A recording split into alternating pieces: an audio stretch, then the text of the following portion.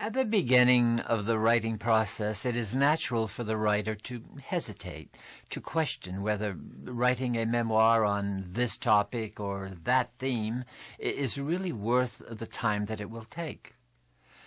Before we go on, though, let me welcome you to the Memoir Network's Better Memoir Writing Masterclasses. For those of you who do not know me, I am Denis Ledoux. I'm a writer, a teacher, and founder of the Memoir Network. I'm so pleased that you have joined me today. This masterclass is brought to you by the Memoir Network's coaching services. A writing coach offers you just-in-time solutions. Schedule a complimentary get-acquainted session by going to the address listed in the description of this video, the description below. And I'll also point out at the end of this video bonus links for you. Now, let's begin the masterclass.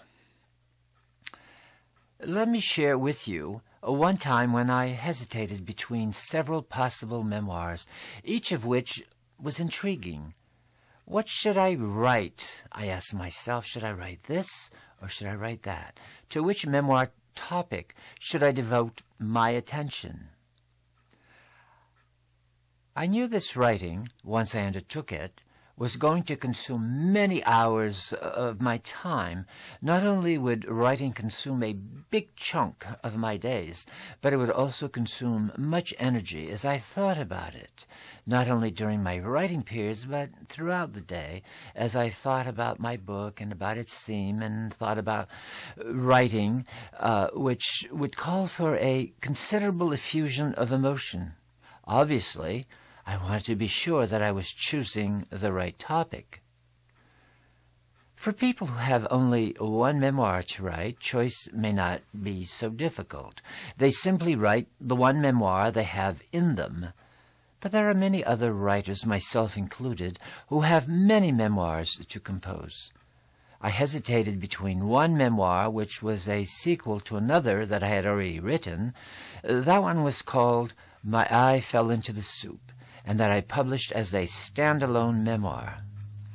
My Eye Fell into Soup cried out to me in a demanding way for a sequel. It did not want to be a standalone.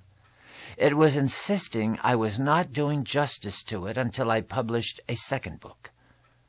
The second memoir, the sequel, was full of painful memories that I was reluctant to bring back to my consciousness. These memories were of a time that was not easy to relive, and I did not want to invite it into my present. I had dealt with these memories, with these experiences, many years previously, and I thought I had left them behind me.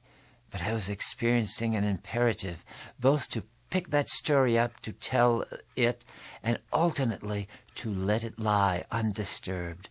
These were concurrent. There was also a third memoir that I was interested in writing. It was the third and the last memoir that would follow My Eye Fell into the Soup. The second book, however, was not yet written, and it was a book that I was less interested in writing than I was in the third book.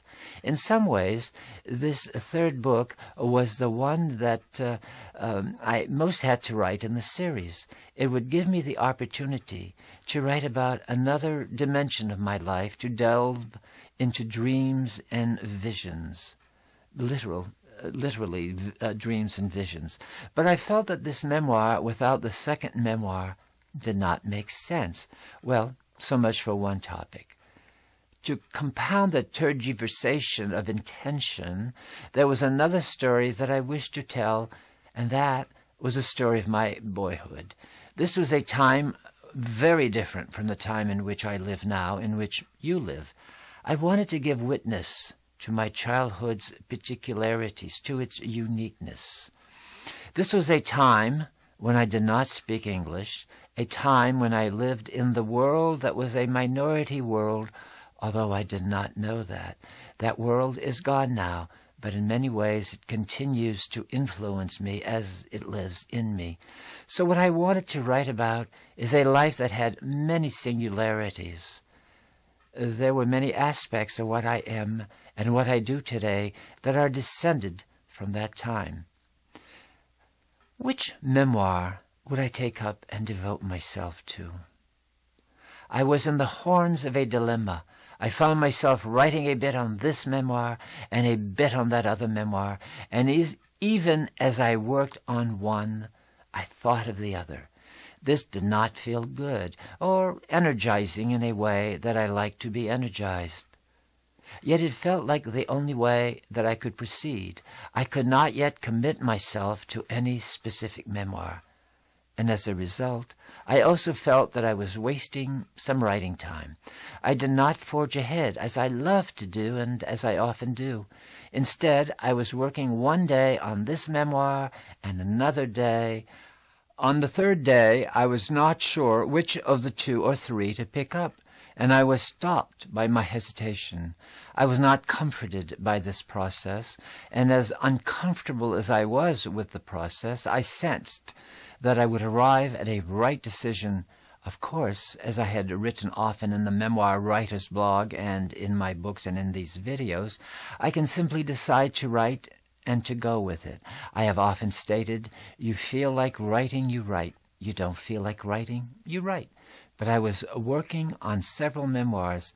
Finally, I found the resolve to write one particular memoir, to devote all my time and energy to one project.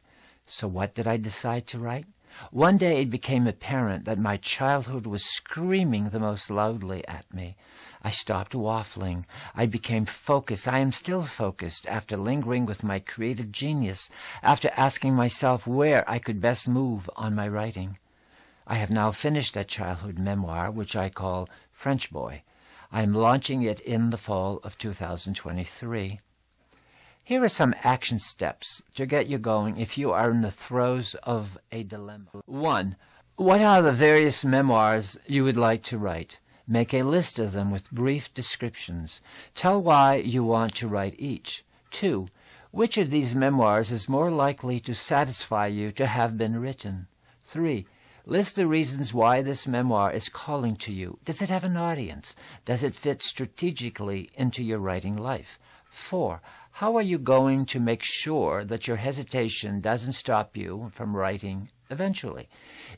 If you would like to explore receiving help with your memoir on any aspect of memoir writing or publishing, we offer a 30-minute complimentary Getting to Know You coaching consultation. The link to a free consultation is in the description below. Before you go, please hit the subscribe button at the bottom left of this video and click on the bell next to it. Subscribing assures this memoir writing content will appear on your YouTube homepage and recommendations bar. Check the description below for a link to this week's free video e-course, and remember, inch by inch it's a cinch, yard by yard it's hard. Good luck writing your story. The videos that we post on the Better Memoir Writing Masterclass channel are just one of the many ways we can help people write better memoir. I'd like to take just a few moments to share more of what the Memoir Network can offer you by way of partnering with you to write and publish your memoir. Our free membership program, My Memoir Education, offers you access to e-courses, e-books, videos, and more. We have had thousands of people benefit from the free My Memoir Education to write their memoirs, and we hope you will become a member too. Our blog contains over 500 in-depth posts on different aspects of memoir writing, and it too is free. Come on over and pick and choose what you need. While free content can be very helpful, there comes a time when you need more focus and more mentoring than you can get from free. We offer coaching, editing, whether copy editing, content editing, or developmental editing, ghostwriting, and book production. Our website features many of our clients' book covers and testimonials. Come and check us out. We also have a number of programs you can purchase. The Memorable Story is a 10-module home study program on every aspect of memoir writing. It provides university-level mentoring. The Inspired Memoir Writer is a group coaching program. You meet with fellow writers over a period of 10 sessions. We also offer Jumpstart Memoir Professional Packages, which are designed for people who would like to help others write their memoir. If you're interested in knowing more, please feel free to call us or email us at info@thememoirnetwork.com. Thanks, and keep writing.